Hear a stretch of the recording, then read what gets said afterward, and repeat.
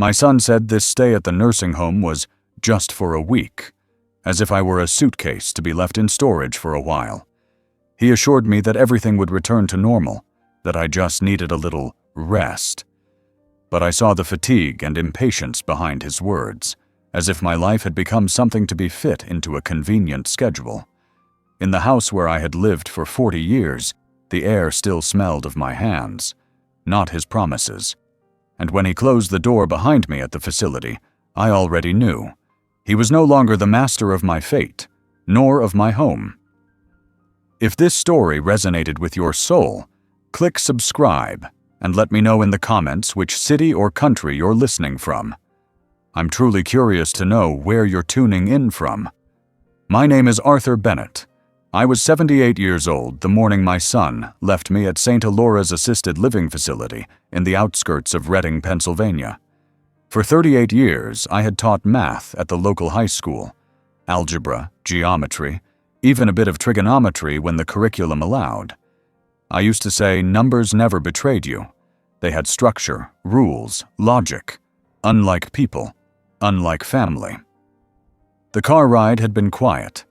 My son Eric drove with both hands on the wheel, eyes straight ahead, his mouth pressed in a thin, efficient line. The kind of expression he wore when he had already made up his mind and didn't want to hear anything that might make him feel guilty about it. I stared out the window, watching the trees thin out, and the landscape change from neighborhood homes to flat gray buildings with wide parking lots. There was a sharp scent of early winter in the air, the kind that carried memory like a current. I thought about the last time I had driven down this road with my wife, Judith, when she was still alive, when her laughter filled the car, and she insisted we stop for cider at the farm stand. The past had a strange way of sitting with you in silence, even when no one else did. When we arrived, he didn't even put the car in park for long. Just popped the trunk, pulled out my single suitcase, and walked ahead with brisk, purposeful steps.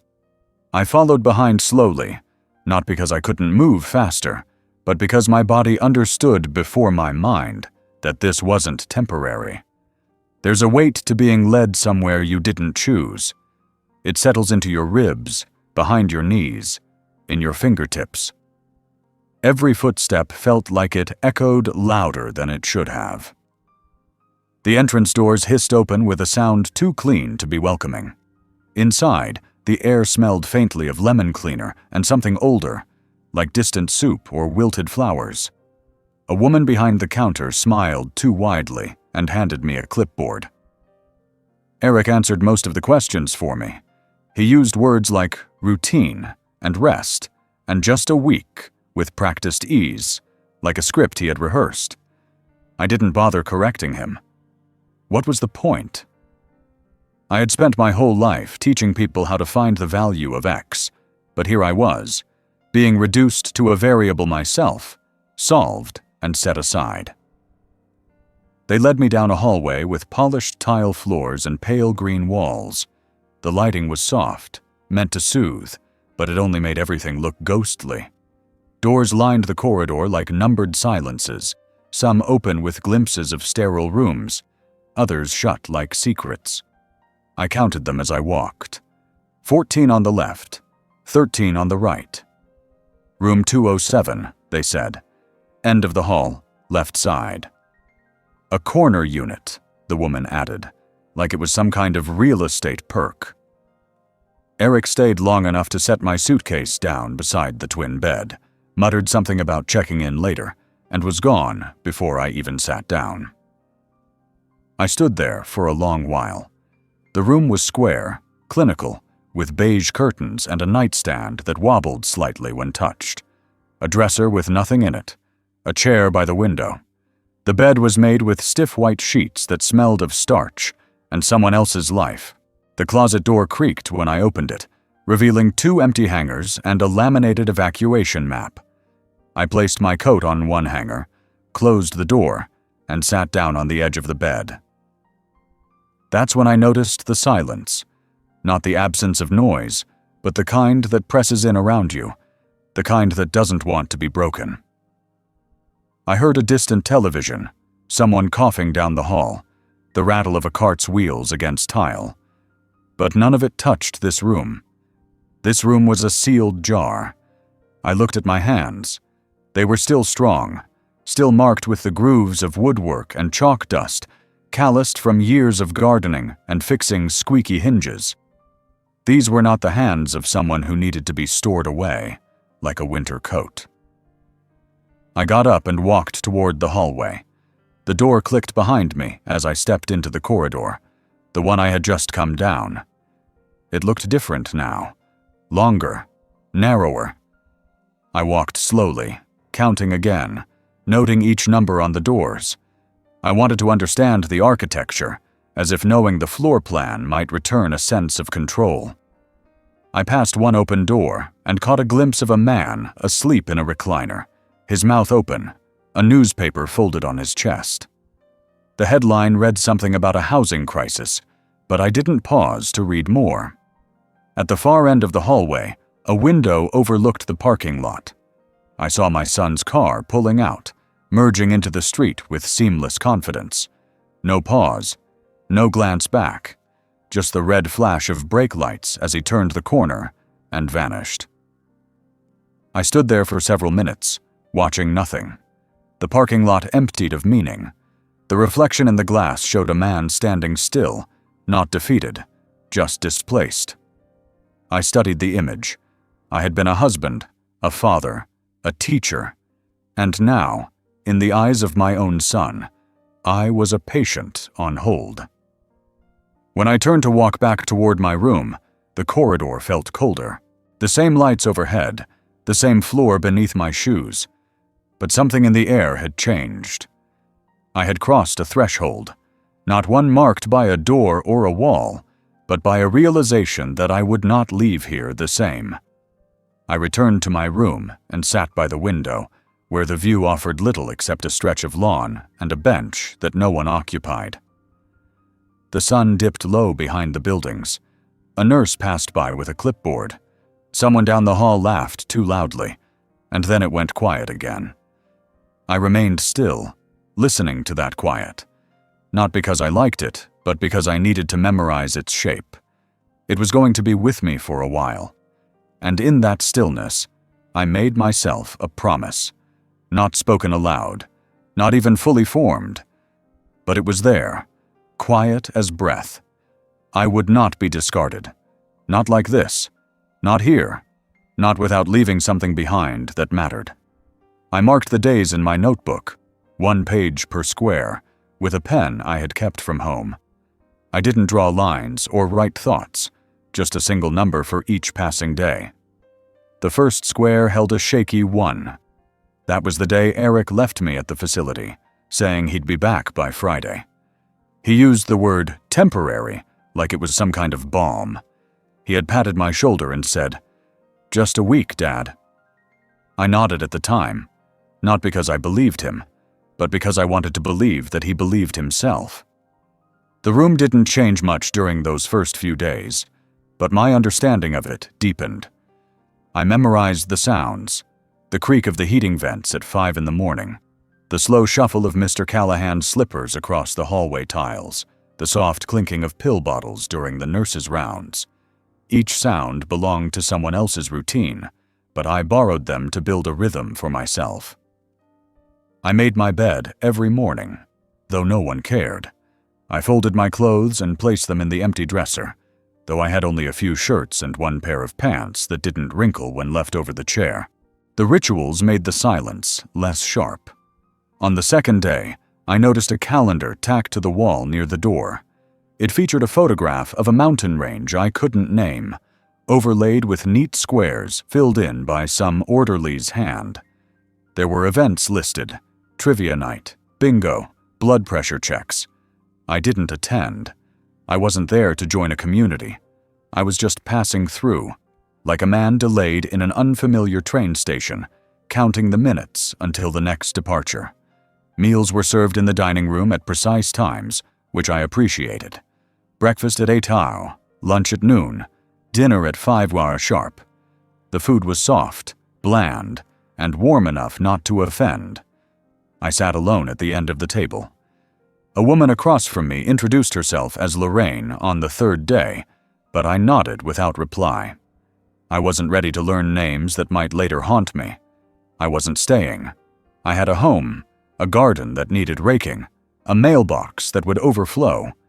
I had a son who said, "Just 1 week." By the fourth day, I began to notice how the others looked at me. Some curious, some indifferent, some with a kind of grim resignation. They had seen men like me before. Men who arrived with clean clothes, new slippers, promises whispered at the door.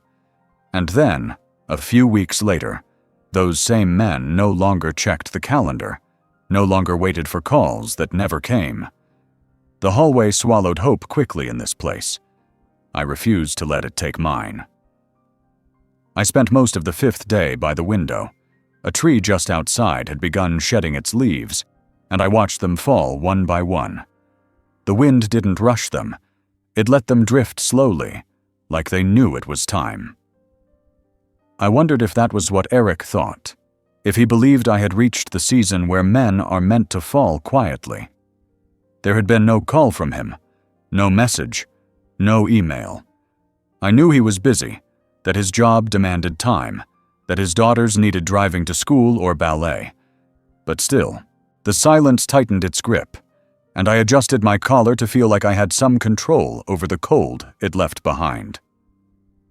That night, I dreamed of the house, not as it was now, but as it had been 20 years earlier. Judith in the kitchen, the radio playing some Sinatra tune, the smell of baked apples, my son as a teenager slamming the screen door, asking for money for gas. I woke to the sound of the night nurse's cart squeaking past my room, and for a moment, I didn't know where I was. The beige ceiling brought me back. On the 6th day, I wrote a letter. Not to be sent, just to be written. I addressed it to myself, though I used the tone I once saved for students who had disappointed me with laziness. I reminded myself who I was. Arthur Bennett, husband, father, teacher, homeowner. I reminded myself of the shed I built behind the garage, the shelves I installed in the pantry, the insulation I had rolled into the attic with my own hands. I was not a visitor in my own life. I had not rented that house. I had lived in it, breathed in it, mourned in it. That mattered, even if no one else remembered. The 7th day began like the rest. Same breakfast, same hallway, same calendar. I watched the morning staff rotate in, their ID badges swaying as they walked. Some smiled, some didn't.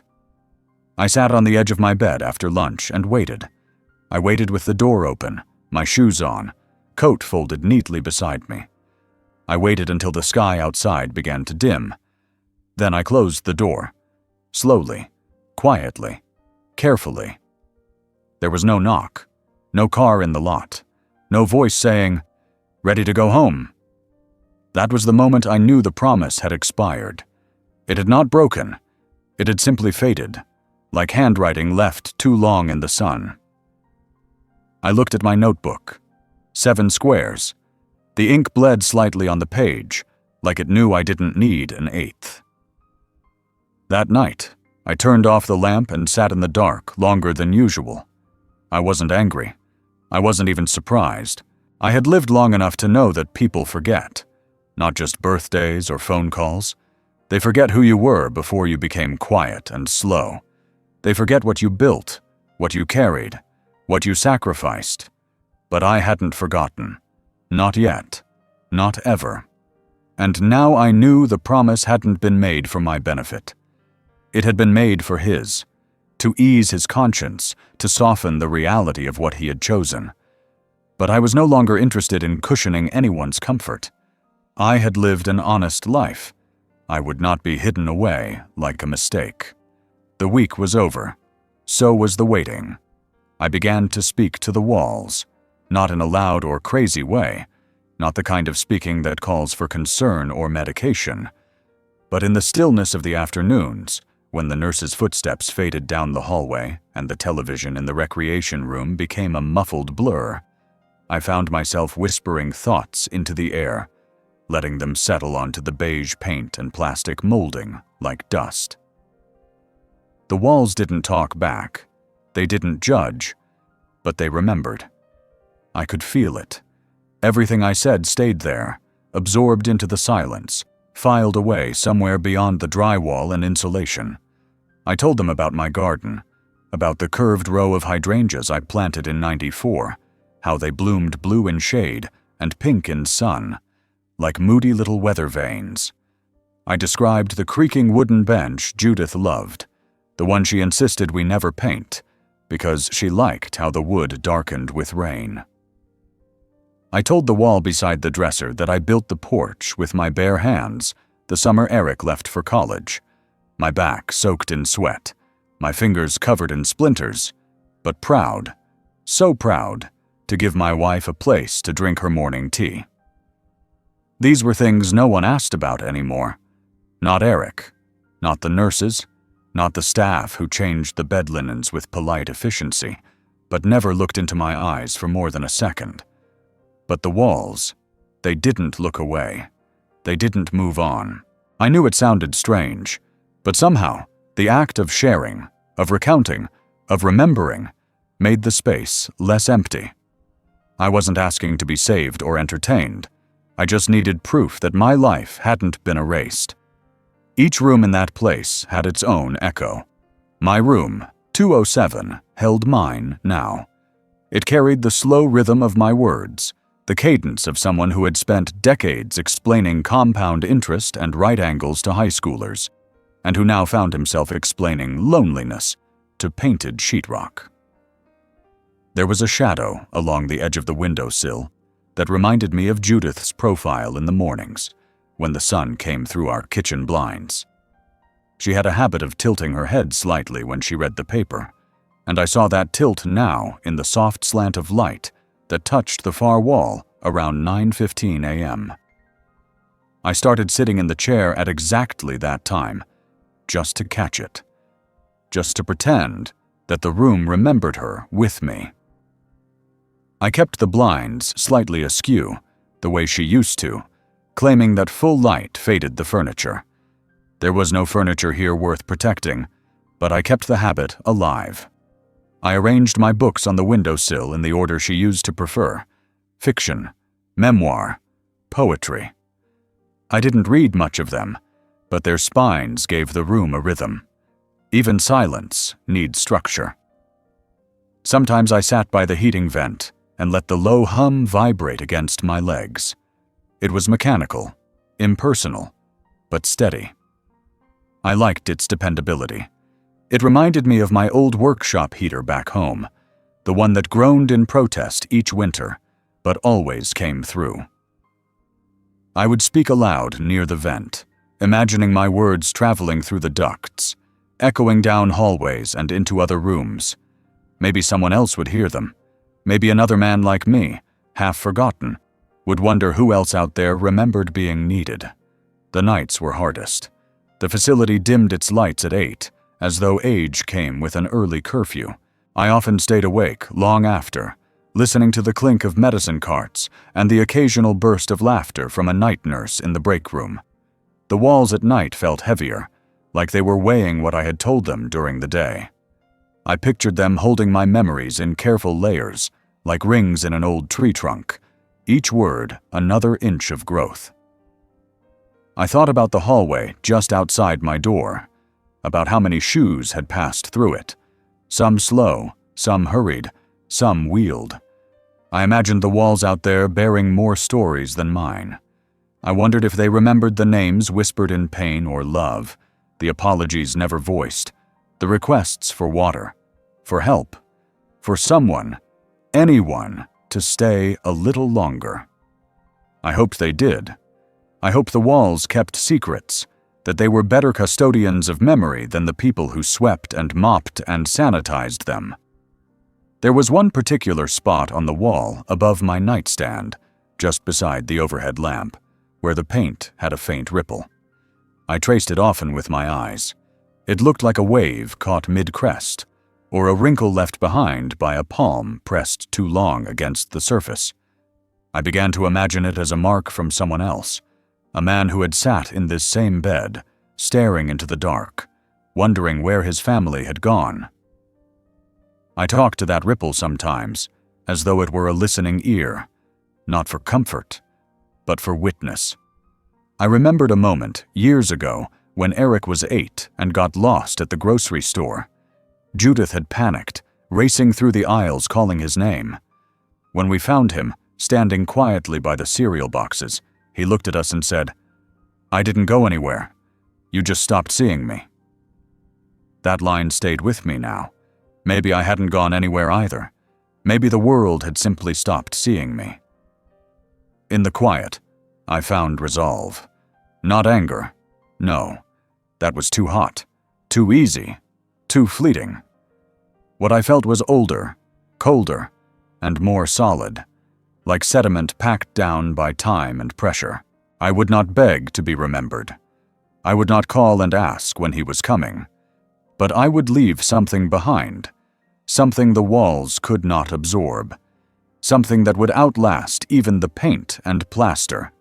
Because I had been a man who built things.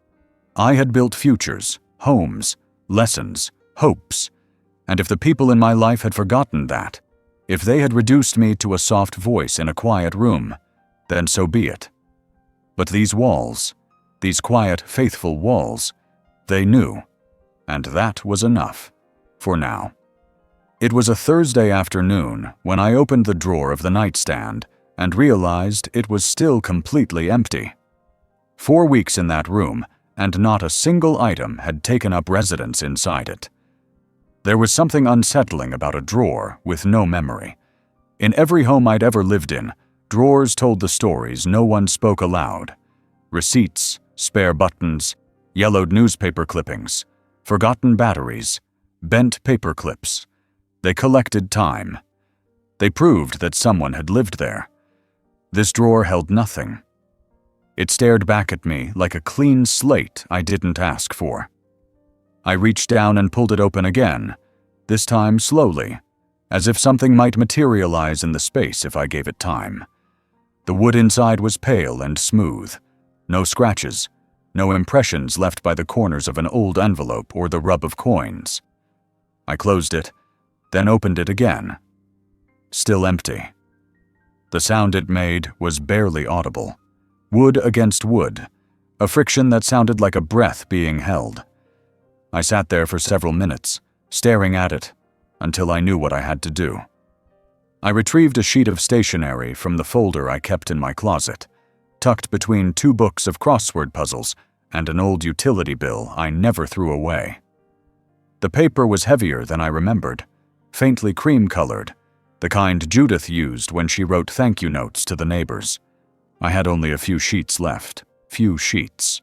I chose one and placed it flat on the desk beneath the small reading lamp, the one that gave off the same sterile light as a hospital waiting room. I took out the black ink pen Eric had given me 5 Christmases ago, still in its box until that moment, and I began to write. I didn't write to my son. I wrote to the house. It may seem strange to write a letter to a place, but the truth is, I trusted the house more than I trusted the people who once lived in it. The house had been faithful. It had stood through hurricanes and blizzards, through rot in the floorboards and wasps in the attic, through arguments and anniversaries and long spells of silence. It had never asked for anything but care. I had given it that. I had insulated it, repaired its gutters, painted its shutters, resealed its basement twice. It had protected us in return. If any entity in my life had earned a letter, it was that structure of wood and drywall and memory. I began with the kitchen. I wrote about the oak table that bore the marks of generations, Eric's homework scratches, Judith's carving knife nicks, my coffee ring stains. I reminded the house how the morning light filtered through the lace curtains and caught the dust mid-air, like stars trapped in syrup. I told it that I remembered the way the floorboards groaned differently in winter and summer. I recalled the soft squeak of the back door, the one that never quite closed unless you pulled it tight and lifted slightly at the end. That sound had once irritated me, but now I would have paid to hear it again. Then I wrote about the hallway. It had been narrow, painted in muted tones over the years. First mustard yellow, then sage green, then finally an eggshell white Judith picked from a color wheel one Sunday morning, when Eric was still small. I wrote about the way the hallway magnified footsteps, how I could tell who was walking based on the weight and rhythm. Judith's were light and determined. Eric's were quick and chaotic. Mine were even and deliberate. That hallway knew more about us than any photograph ever could. I wrote about the bedroom, too. Not in sentimental or romantic terms, but with the reverence of someone who understood what it meant to share space. To hear another person breathe in the dark and know they were still alive. To fold laundry on the bedspread and not think twice. To look up at the ceiling fan and remember the night it fell halfway from the mount, and we laughed, unsure whether to scream or run. I told the house I missed the way the sheets smelled after Judith spent a day airing them out in the backyard. Nothing in this facility smelled like wind. As I wrote, I noticed my hand beginning to cramp. The lines grew a little less straight, but I didn't stop. I moved on to the garage, the shed, the backyard. I wrote about the birdhouse Eric made with me when he was 10, the one he forgot about 2 weeks later, but that I kept repairing and repainting every year. I wrote about the rain gutter I rigged with an old tennis ball to keep it from clanging in storms. I wrote about the crack in the basement wall that I patched with concrete and covered with an old map of Michigan. No one ever asked why a map was hanging in a basement. It didn't matter. The wall knew. Then I wrote the last paragraph. I told the house that it deserved better than to be forgotten or sold off like an inconvenience. I told it that it had meaning, that the way it stood, quietly holding all those years, all those lives, was something holy. And I promised that I wouldn't let it fall into the hands of those who saw only its market value. I had already begun making arrangements, even if no one knew yet. My name was still on the deed. My will still carried weight. They might have moved me here to fade quietly, but I was still a man with ink in his pen. When I finished, I folded the letter into thirds. My hands trembled slightly, not from weakness, but from the force of everything that had come up through the writing.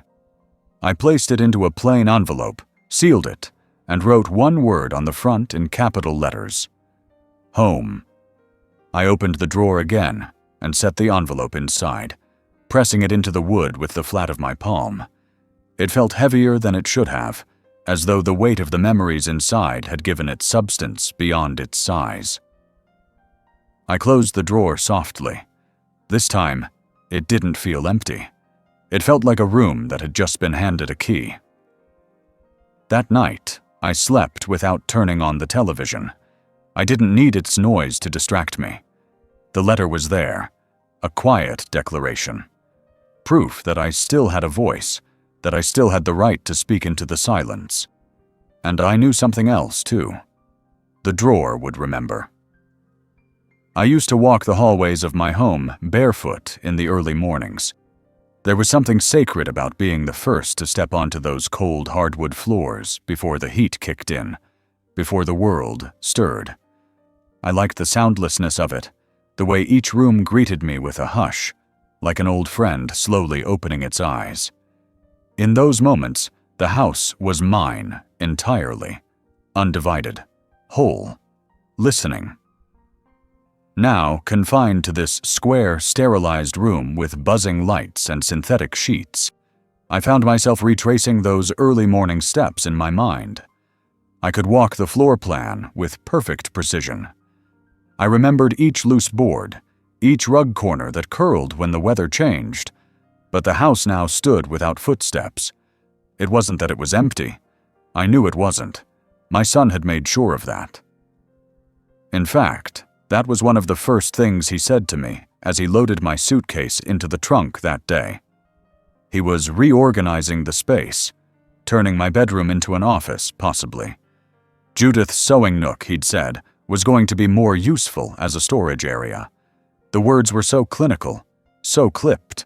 I wondered if he had rehearsed them. Even in this place, in this room that felt borrowed, I could still hear the echo of our home's staircase. 13 steps. The fourth always groaned. Judith used to press her heel on that step deliberately when coming down, as if the sound of wood stretching beneath her weight confirmed her own existence. I didn't need photographs to remember. My memory held each moment in detail, too fine for cameras to capture. I remembered the pattern of Judith's slippers as they shuffled across the kitchen floor, the squeak of the refrigerator door that never fully sealed unless you gave it a second push, the tick of the grandfather clock in the hallway, when the house was particularly quiet. But now, no one walked those floors the same way. Eric's footsteps were different. I imagined them too quick, too dismissive.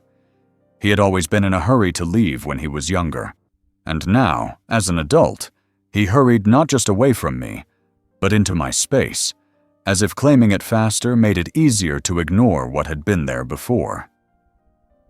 I wondered if he noticed the hollow sound the house must have started to make. Footsteps change a home. They teach the wood and the walls the rhythm of a life. Without those familiar steps, a house begins to forget.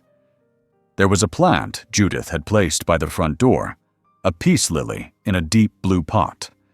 She used to say it was the first thing visitors saw, and the last thing we did before locking up at night. I imagined now it was gone, or moved somewhere else to make room for shoes or coats or something more practical. I tried not to think of it as erasure, but it was hard not to.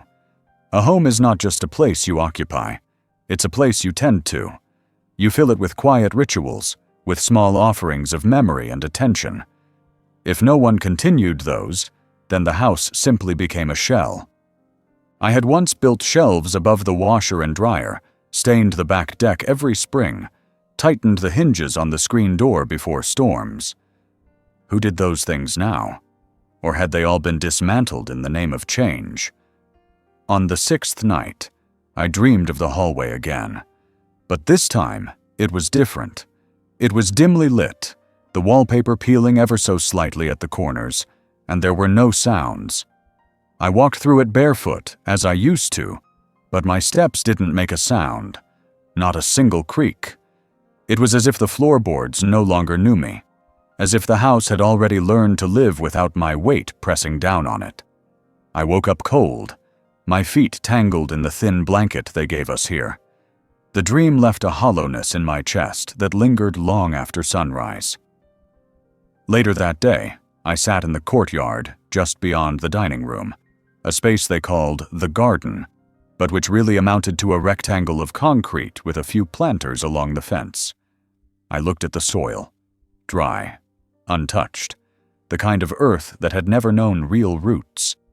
I thought about the soil back home, rich, dark, full of worms and stubborn rocks. I used to kneel in it, feel it under my nails. I used to dig with my hands, not because I had to, but because there was satisfaction in working the land that held your life. I had planted tomatoes, snap peas, herbs for Judith's stews. Now, the only thing I grew was silence. I thought about the photos still on the mantel, if they were still there. Pictures of Eric as a child, toothy and sunburned, standing beside me as we built the fence. Judith holding a cake shaped like a train for his 5th birthday. A younger me, hair thicker, arms stronger, proud to be the man who kept the home upright. I wondered if Eric had packed those photos away, maybe not to throw them out, but to store them in some distant closet where they could quietly fade. That's how it begins, memory tucked out of sight, becoming less real with each passing season. The truth was, the house could survive without me. Wood doesn't rot out of loyalty. Brick doesn't crumble out of grief. But a house that forgets the rhythm of its people becomes hollow in a different way. It begins to echo. I wondered if Eric noticed the stillness, or if he had filled the air with his music, his podcasts, the hum of a new coffee maker. Sound can mask emptiness, but it doesn't erase it. I hoped that maybe one day, standing in the kitchen, he would hear a creak where there used to be none, a sound that would stop him, that would make him wonder why that spot groaned under his foot, what weight had once lived there. I went back to my room and sat on the bed, staring at the ceiling. I tried to recall the smell of Judith's pot roast, the warmth of the radiator in winter, the faint perfume she always dabbed behind her ears. All of it was fading, not because I forgot, but because the place where those memories lived had been handed off to someone who didn't ask for them. The house was not mine anymore, not in practice, not in presence, but I still held it in my memory, each corner, each crevice, each breath. And as long as I did, the footsteps hadn't vanished completely. They were quiet, yes, but they hadn't stopped. Not yet. It began with a quiet visit from a man in a gray suit who walked too confidently for a place like this. His shoes barely made a sound against the linoleum, and his eyes were sharp, constantly scanning, as if the walls themselves might try to deceive him. He introduced himself with a business card and a polite smile, but I already knew who he was. I had called him weeks earlier from the nurse's station phone. No one paid much attention then, just another old man asking to use the line. But the call had mattered. It had meant something. And now, here he was, holding a folder with the future inside it. I invited him into my room and closed the door behind us. The click of the latch sounded louder than I expected. I didn't offer him the chair. That chair was mine. I let him stand, shifting his weight occasionally, checking the time without checking the time. He placed the folder on the small desk beside the window, opened it neatly, and laid the papers flat. I didn't look at them right away. I stared at the ink pen resting beside them. It was capped, stainless steel, elegant but utilitarian. I reached for it with fingers that trembled slightly, not from fear, but from the weight of finality. Decisions are heavy, no matter how long you've carried them. The documents were simple, a transfer of ownership notarized in advance, only waiting for my signature. The house would no longer belong to me. It would pass into the hands of an organization I had chosen myself, a quiet nonprofit that restored old homes for veterans and single mothers. They didn't advertise. They didn't decorate their intentions with slogans or bright logos. They just did the work, one house at a time. I had read about them months ago, in a magazine someone had left behind in the recreation room. The article was 3 years old, pages curled from use, but something about it had stayed with me. They restored dignity through shelter. That's how the piece had put it. Not just buildings, but dignity. I had called them the same day I read it. I asked them questions they didn't expect from someone my age. I spoke plainly, deliberately, like a man who had taught teenagers for decades and knew when someone was trying to sell him something. They weren't. They didn't promise much, just that they would honor the house, use it, fill it, repair what needed fixing, and leave intact what didn't. They understood history, and they had waited, quietly, for me to be ready. The lawyer cleared his throat lightly. I nodded. No words were necessary. I reached for the pen. The act of signing your name is an odd thing. We do it thousands of times in our lives. Checks, receipts, forms, cards. It becomes reflex. But some signatures matter more than others. This one did. As I pressed the tip of the pen to the line, I felt the years behind it press with me. Every nail I had hammered into those walls. Every meal eaten in the kitchen. Every birthday celebrated in the living room. Every apology whispered in the dark. My signature wasn't just ink. It was memory, layered and lived. I wrote slowly, Arthur, then the surname, Bennett. When I lifted the pen, my hand hovered for a moment above the paper. The black line beneath my name shimmered faintly in the lamplight. Final. Sober. Clean.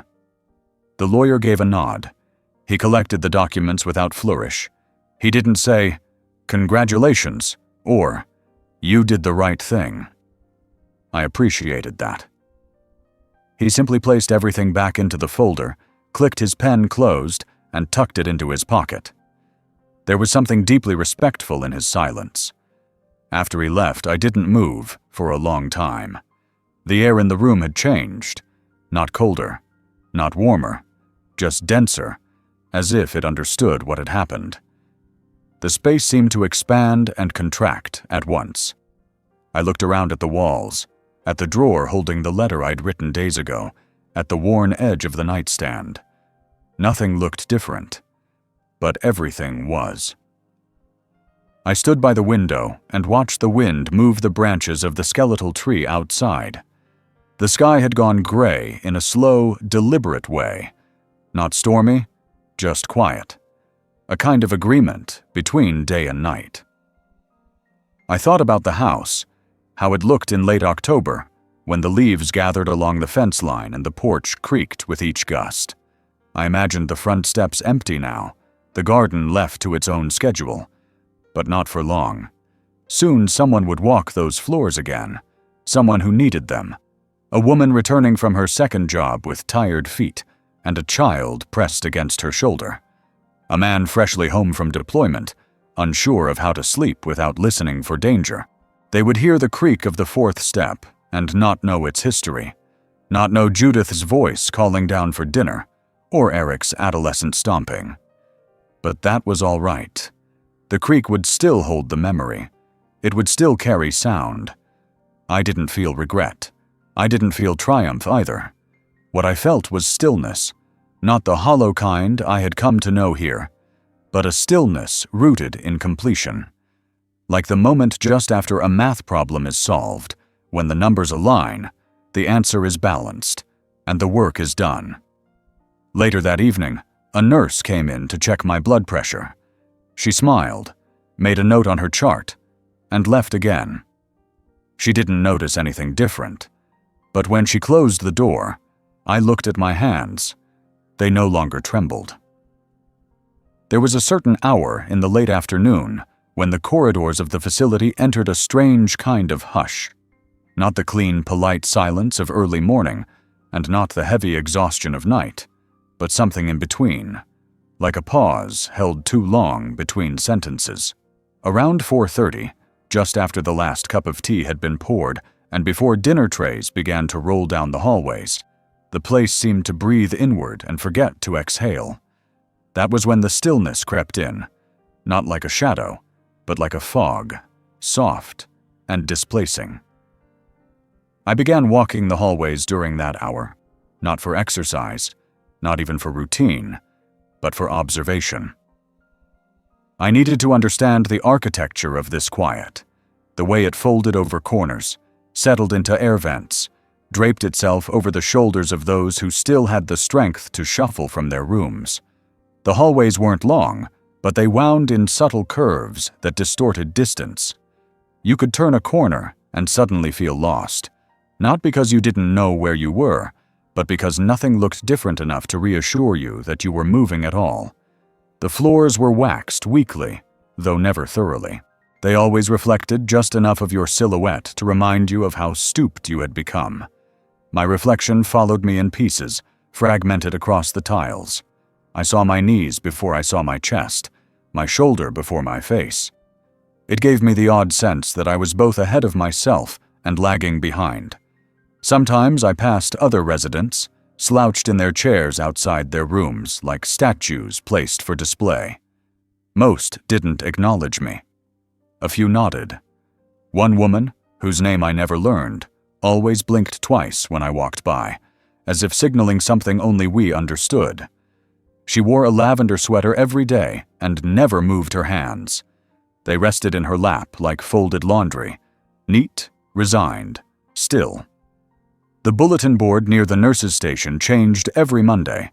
Birthdays, bingo winners, reminders about flu shots.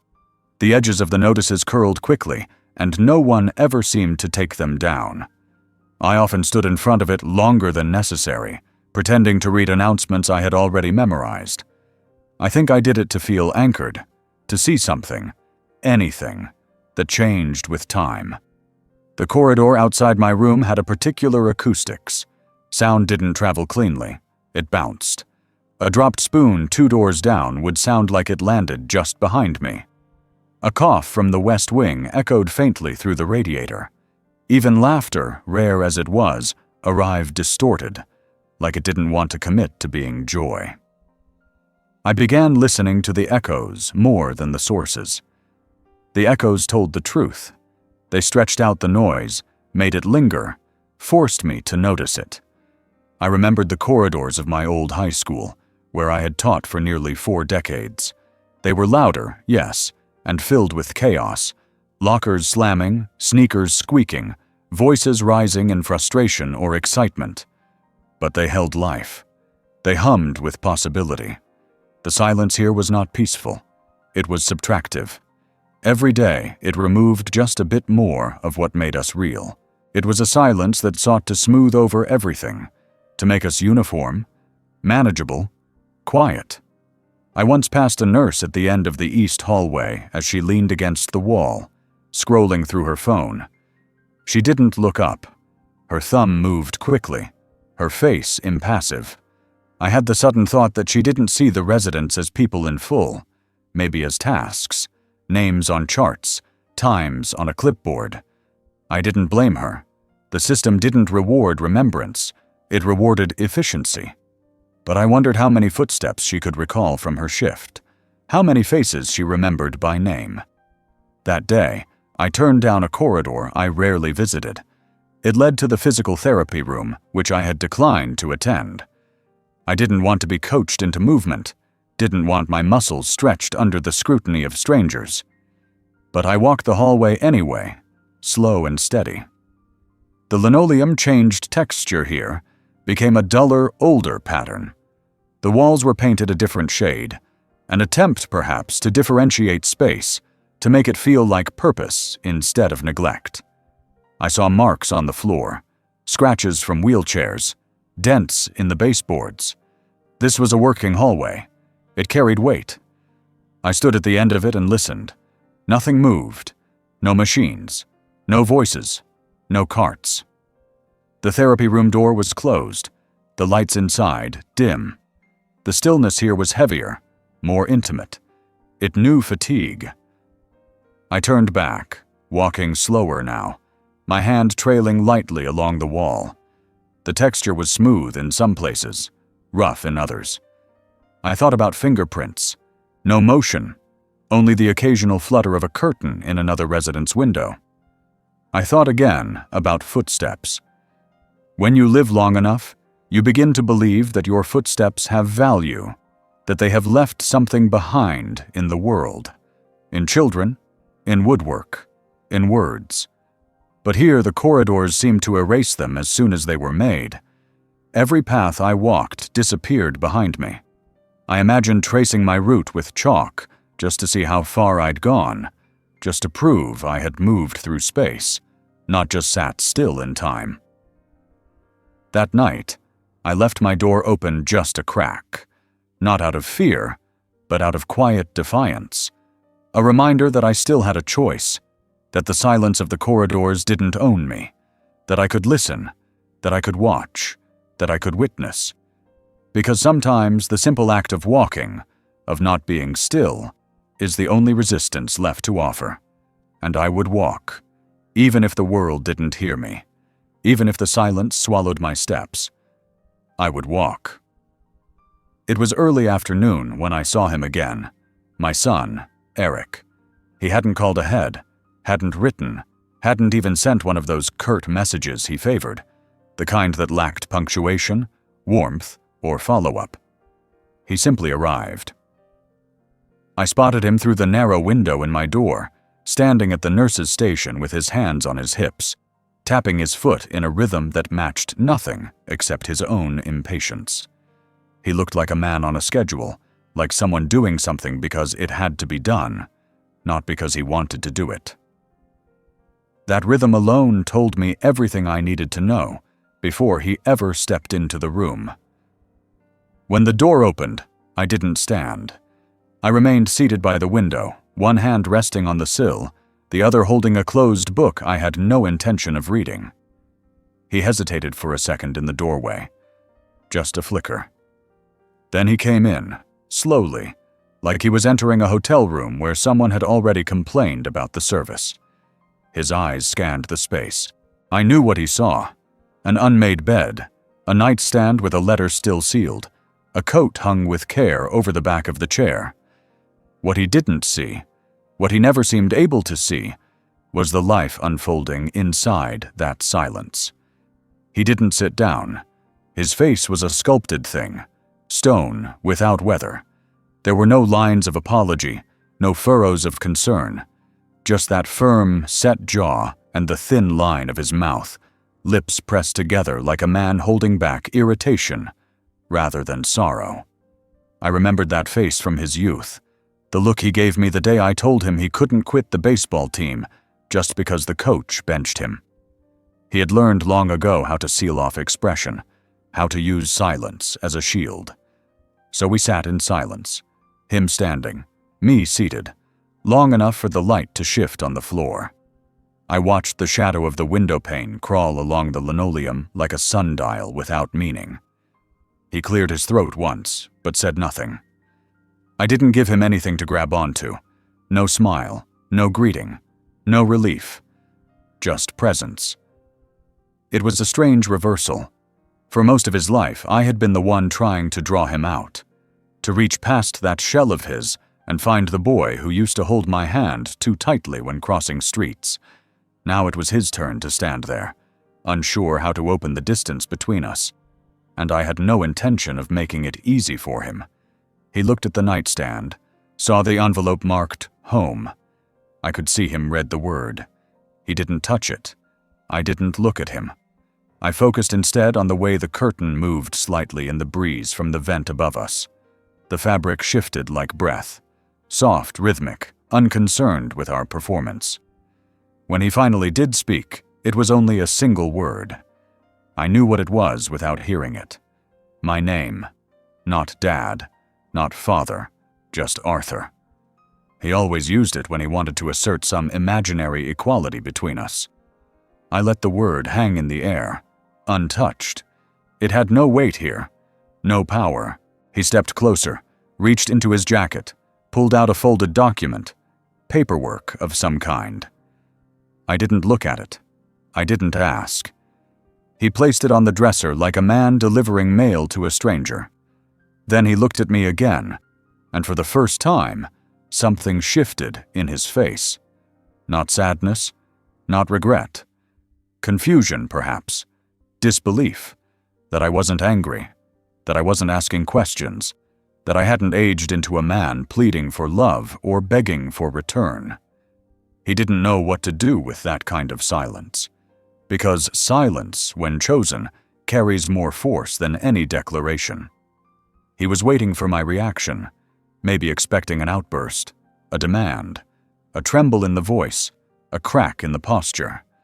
But I had already given enough pieces of myself to moments that didn't deserve them. This one would not get more. And that unsettled him. He glanced again at the envelope, then back at me. The seconds dragged like weights between us. I could see his mind working, trying to calculate what I knew, how I knew it, and whether anything could be undone. The silence offered him no clues, just consequence. I remembered his face as a boy, sunburned and freckled, teeth too big for his mouth, joy bursting without filter. Now that same face was a mask worn too long. It no longer fit. His expressions had calcified. Emotion had become an inconvenience. He turned toward the door, paused, then turned back. Still nothing in his mouth but air and swallowed pride. His eyes dropped to the floor, rose to the window, then settled somewhere behind me. I knew he was looking for a version of me he recognized.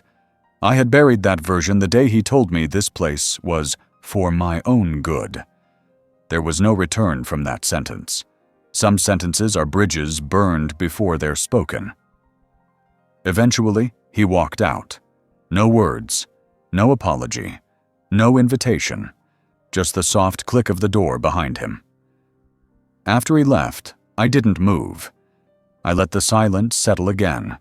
Not heavy, not cruel, just present. It was the kind of silence you learn to sit with when you've outgrown the need to be explained.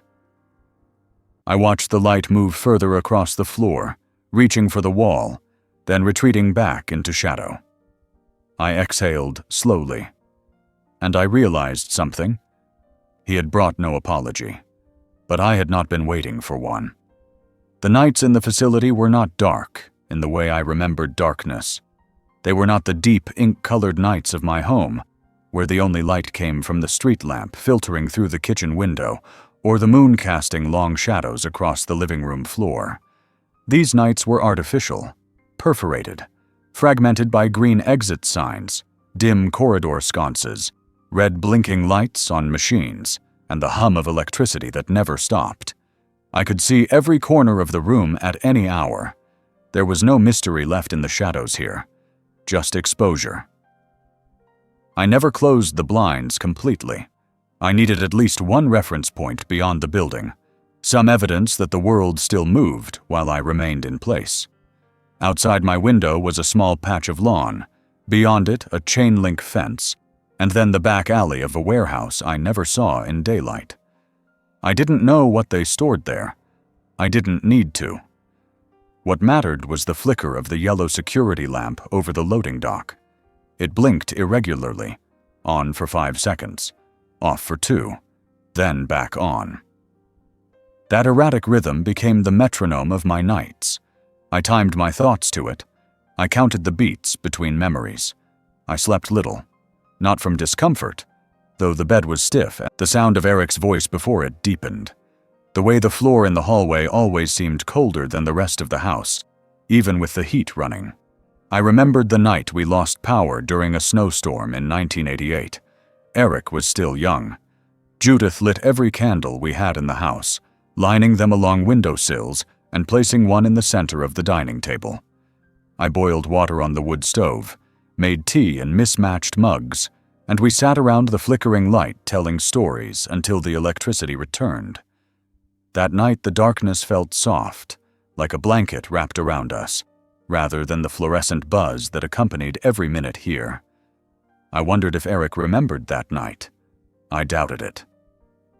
I would lie on my back, hands folded over my stomach, watching the ceiling tiles blur into patterns. They had tiny perforations in them, a kind of acoustic design, I suppose, meant to dull the sounds of suffering. But in the quiet, those holes became constellations. I connected them with my eyes, made maps in my mind, found my way back to places that no longer existed. The attic where I stored our camping gear, the shed where I kept Judith's watering can long after she stopped gardening, the carport with its cracked concrete, the exact shape of Nebraska if you tilted your head just right. Sometimes I wrote letters in my mind, long, deliberate letters to people I no longer knew how to reach. My brother, who had moved to Arizona and drifted into silence. My first principal, who had believed in me before I believed in myself. Even to younger versions of Eric, to moments when he still looked at me with trust instead of obligation. In these mental letters, I didn't ask questions. I simply narrated. I explained how the air tasted in the morning before the fog lifted, how the radiator hissed before the house came alive, how the world had once felt tactile, real, and connected. The nights stretched endlessly, but they were not empty. They were full of quiet reckonings. Every hour offered a new room of memory to enter, to walk through slowly, touching the furniture, straightening the pictures on the walls. I never lingered in one too long. Some memories were brittle, others burned. I let them come and go, like visitors who didn't knock. At around 3 a.m., the hallway outside would become completely silent. Even the night staff stopped moving. I could hear the electricity in the walls, the gentle whir of something unseen but constant. That sound, more than any other, reminded me I was part of a system now, managed, measured, preserved, but not lived. I used to believe that night was a time for rest, that the body used it to repair, the mind to reset. But here the night became a canvas for reckoning. In the absence of distraction, the truth made itself known. I was not afraid of death. I was not even angry at what had happened. What I felt was something quieter, something more resigned and difficult to name. A kind of grief that had no object, a grief for the erosion of meaning, for the slow unmaking of a life that had once felt solid. And yet, in that same stillness, I also felt something else. A pulse, not of hope, not quite, but of endurance, of self. The realization that I still existed beyond the narrative Eric had written for me, that my decisions were still my own, even in the quiet, even in the dark. I hadn't been erased. I had simply been placed where I couldn't be heard, but I was still speaking. If not with words, then with presence. I would sit up around 4, take a sip of water, and stretch my legs. The cold floor reminded me I was still here, still capable of choosing to stand. I would walk to the window and place my hand against the glass. The night air outside pressed back, indifferent and permanent, and I would watch the flickering light above the warehouse blink once, twice, go dark, then reappear, always reappearing. That was enough. That was everything. There was a certain hour in the morning when the window across from my bed stopped being just a window and became something else entirely. It happened not when the sun was high, but when it was low, just beginning to rise, casting long ribbons of gray and gold across the concrete path outside. The facility faced east, and my room caught the edge of that first light.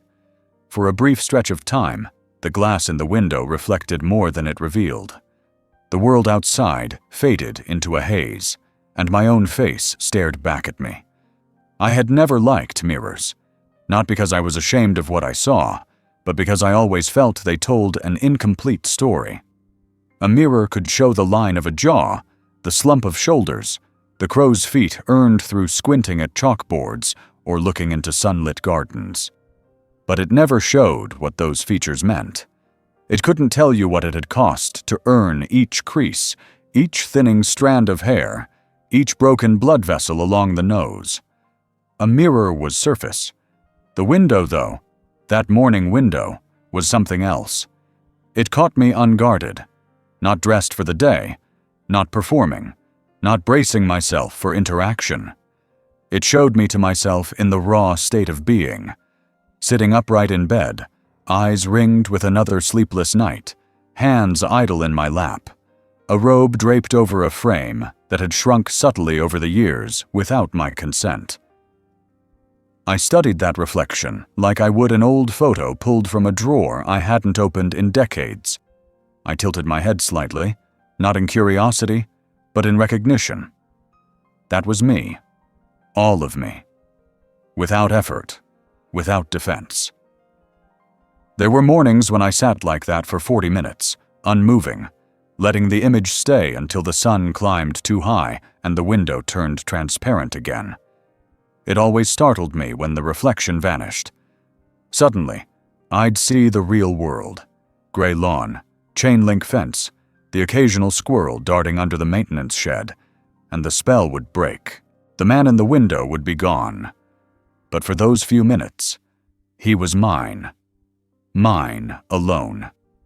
I thought about Judith often during those moments. She had a habit of catching her reflection in shop windows and turning quickly away, embarrassed, even when she looked radiant. She'd fix her hair with a grimace, tug at her blouse, mutter something about wrinkles. I used to tell her she didn't see what I saw. I wonder now if I had ever truly seen myself, or had I, like her, always been quick to turn away. The window reflection held none of that urgency. It was slow, patient. I didn't flinch. I didn't fix anything.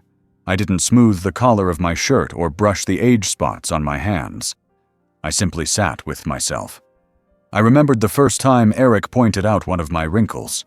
He was 8, maybe 9, and asked why my skin folded near my mouth even when I wasn't smiling. I had laughed then, told him it was where the smiles had lived for so long. They left a trace behind. I liked that answer. It had felt true. It still did. The man in the window bore no malice, no disappointment, no judgment. He was just there, enduring, watching, reflecting. He reminded me that I hadn't disappeared, that I still took up space, that I still had form. I didn't need to speak. I didn't need to move. My presence was still intact, visible, undeniable. Even if the world outside the glass failed to acknowledge it, the man in the window did.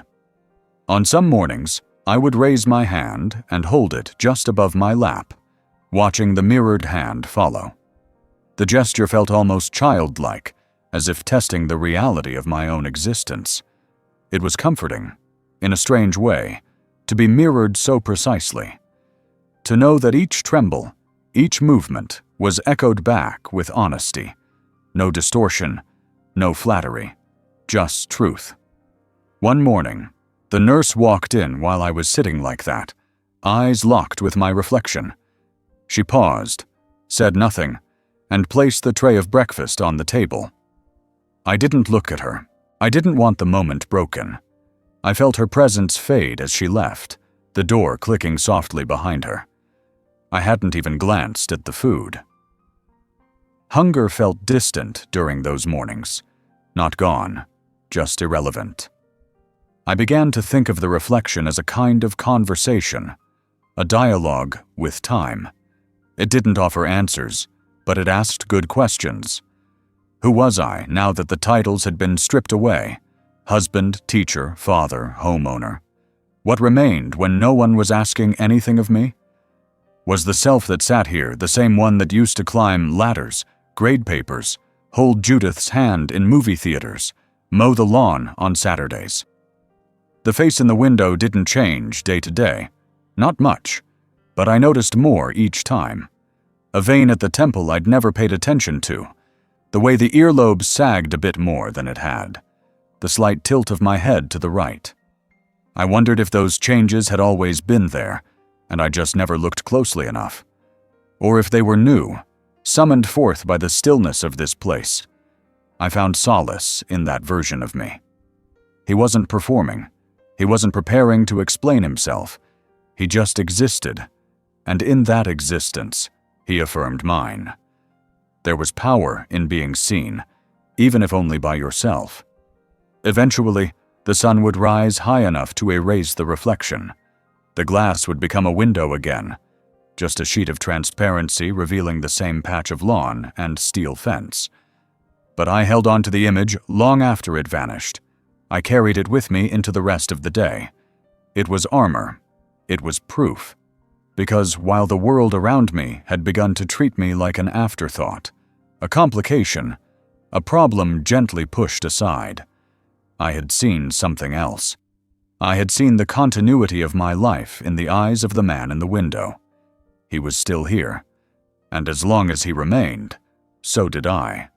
The news arrived not in an envelope, not through a phone call, and not in any ceremonious way.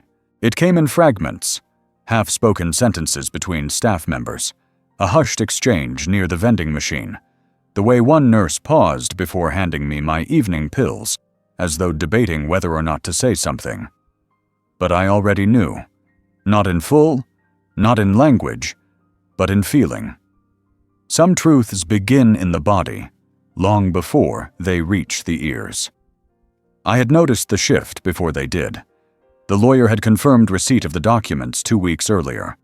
I had signed away the house with a hand that did not tremble, and sent the forms back sealed with purpose. But the echo of that decision took time to travel. Change moves slowly when people are convinced they have control. It was on a Wednesday afternoon that the air in the hallway thickened. A new staff member, one I had not seen before, stood just outside the recreation room flipping through a clipboard. She looked up when she saw me and offered a small smile, not the mechanical kind I had grown used to, but one touched by recognition. She said my name softly, like someone recalling it from a list of names they'd been told to remember. I nodded. That was all. That was enough. She turned back to her papers. The clipboard held my name at the top of the page. That night, during dinner, I sat at my usual seat near the far corner of the dining hall. I liked that spot because it gave me a full view of the room without being in the center of it. I could see the coming and going of trays, the shuffling of feet, the way some residents stared off into nothing, while others clung to every moment of conversation, like it was the last thread of connection they had. It was there, between bites of bland carrots and lukewarm potatoes, that I overheard the conversation. A nurse leaned down to speak to another aide behind me. Their voices were low, but the acoustics in that room were terrible. Every word traveled. The aide asked if someone had already notified the son. The nurse replied that he had been told earlier that morning. Devastated was the word she used. Didn't expect it, she said. Thought he had more time. The aide asked something else, but by then their voices faded. They moved down the row of tables, leaving only silence behind. I didn't ask questions. I didn't need to. I sat there, my fork hovering over a slice of chicken I no longer cared about. The edges of the plate blurred slightly as my mind moved ahead of my body. I thought of Eric, how he must have looked when he read the letter from the lawyer, how he must have skimmed it quickly at first, assuming it was routine. And then, the realization, the signature at the bottom, the legal language he couldn't refute, the confirmation that the house was no longer his to dream about, no longer a fallback plan or a quiet inheritance. It was gone, and I had been the one to do it, not out of spite, not out of cruelty, but out of clarity. The house had never been a transaction. It had been a life, a container for everything we were, and he had treated it like a line item, something to convert, something to absorb. But he forgot something. The signature on the deed was still mine. I imagined his reaction, not the anger, but the confusion, the disbelief. He would pace, run his hands through his hair the way he always did when frustrated. He would call someone, maybe the lawyer, maybe his wife, and demand answers. He would look for a loophole, but there wasn't one. There wasn't supposed to be. Later that evening, I sat by the window as the sky shifted into dusk. The reflection returned briefly, not strong enough to hold detail, but enough to show the silhouette of a man sitting upright, unmoved. I thought about Eric's childhood bedroom. I wondered if it still smelled like cedar and old baseball cards. I wondered if his daughters had ever seen it, if he had told them stories of the place that once shaped him, or had he already begun erasing it, one memory at a time. The silence in the room thickened, not a sad silence, not a mournful one, but a decisive kind. It settled around me like a closing book. In the hallway outside, the overhead speaker announced the time. 7 o'clock, visiting hours ending. Somewhere down the corridor, a pair of footsteps echoed, hesitant, then turning back. I didn't need to look. I knew they weren't coming here. No one knocked that night. I didn't expect them to. The word had reached him, and there was nothing left to say. Each morning, I walked the same route through the corridor, even though it led nowhere new. It began outside my door, turned left past the supply closet, continued past the recreation room I never entered, ended at the glass exit doors that locked automatically at 6 p.m. The entire journey took 7 minutes if I moved slowly. 8 if I stopped to look at the faded bulletin board, which I usually did. I walked it because the rhythm mattered more than the destination.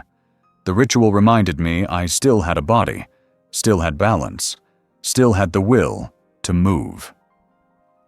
It was in those steps that I tried to remember what it felt like to belong to a place, not just to live in one, but to inhabit it so deeply that its floorboards remembered your weight, its walls echoed your laughter, its windows softened your reflection over time. That had once been my house. The home Eric believed would be his, but no longer. It was gone from him now, passed forward into the hands of others, strangers who would never know our names, but who might still plant flowers in Judith's garden boxes or leave muddy shoes by the door, the way children do. I wondered what they would make of the small notch in the stair rail, where Eric once carved the letter E with a butter knife. Would they notice it? Would they see it as a flaw or a relic? Would they paint over it? Or would someone, maybe a woman who liked to run her fingers along the grain of the wood, feel it and pause? Not know why, but pause anyway. That was the fate of footsteps. They faded, sometimes slowly, sometimes all at once.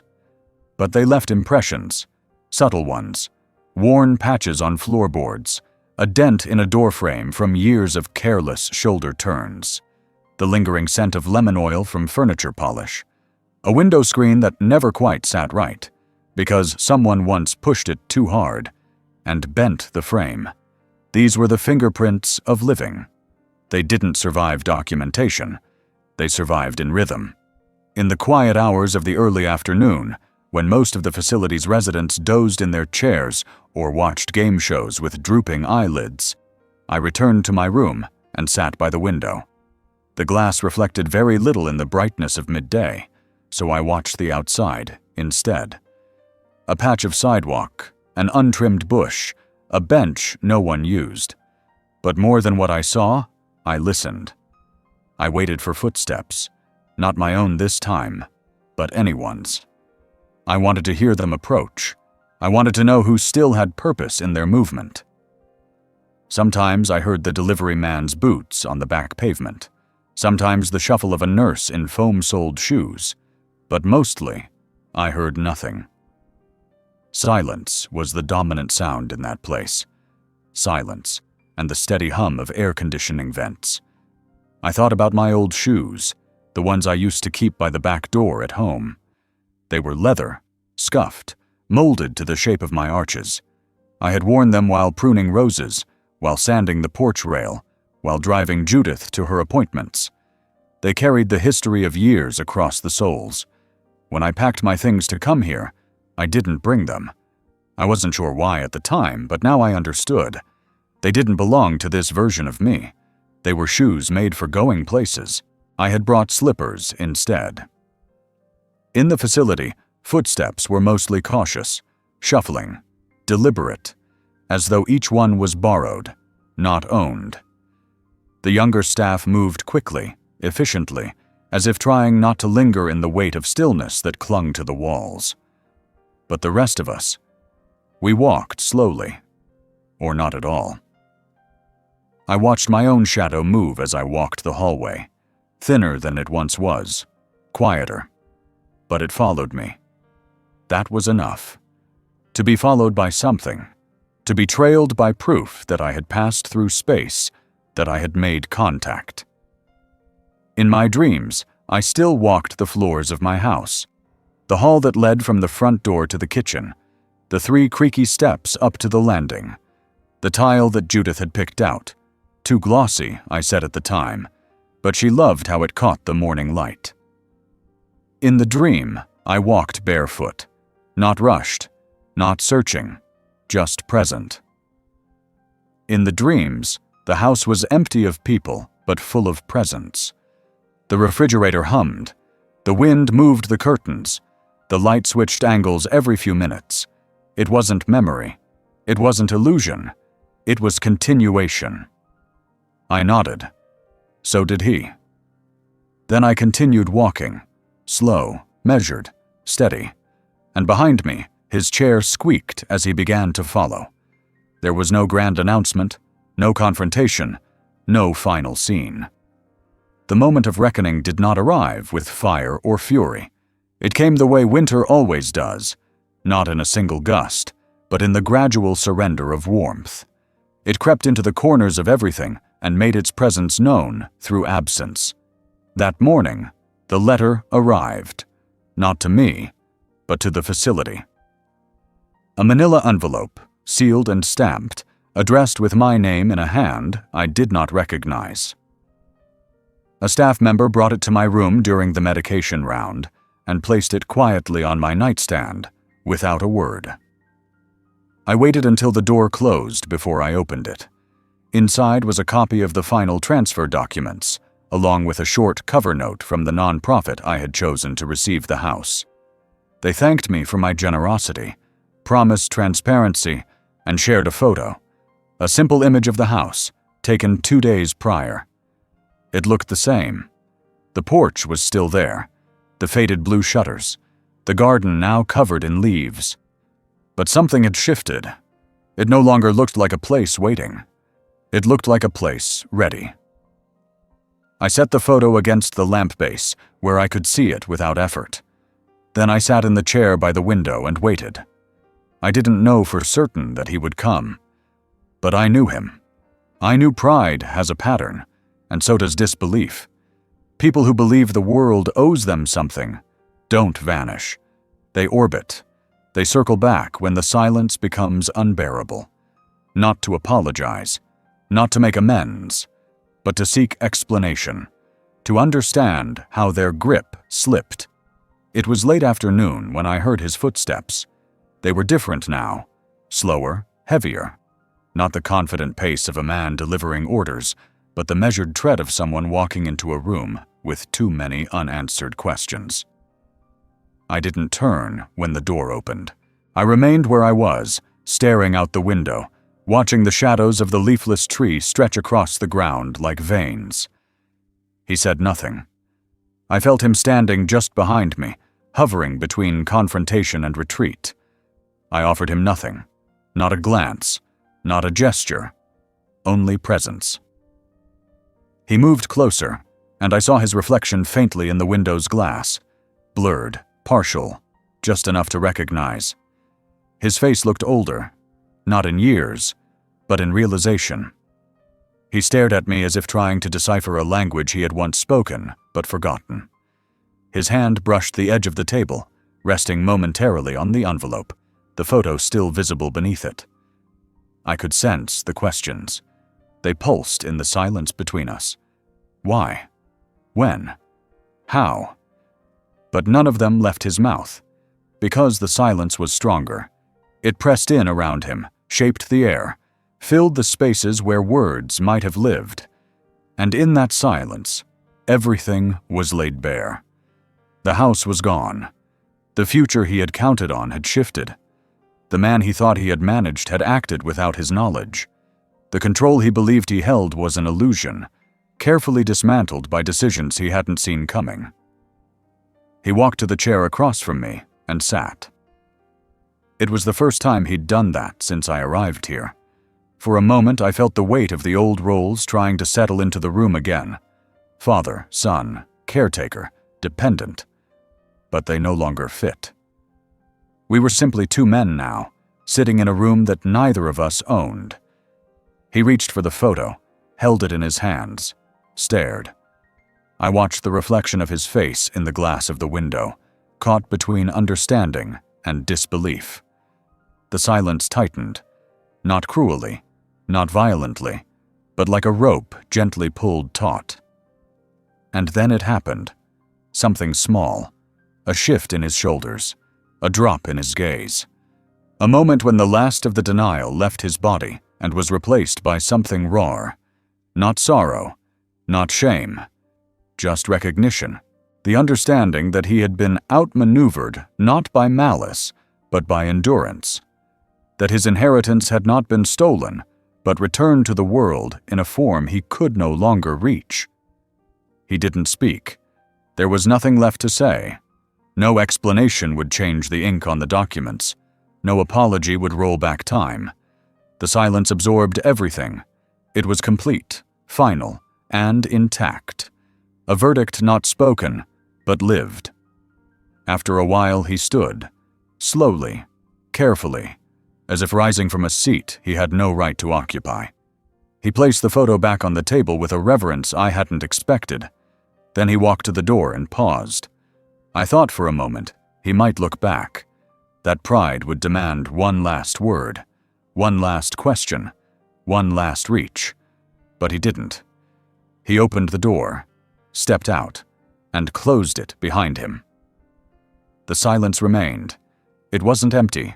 It was full of decision, of boundaries drawn without violence, of footsteps that would never again cross the threshold of my life. I remained at the window until the sun dipped low enough to turn the reflection to shadow. Then I stood, slowly, and moved to the nightstand. I picked up the photo, looked once more at the house I had given away, and then returned it to the envelope. I slid the envelope into the drawer, closed it, and with it, closed that chapter of my life. The reckoning had come, and it had spoken not with thunder, not with fury, but with silence.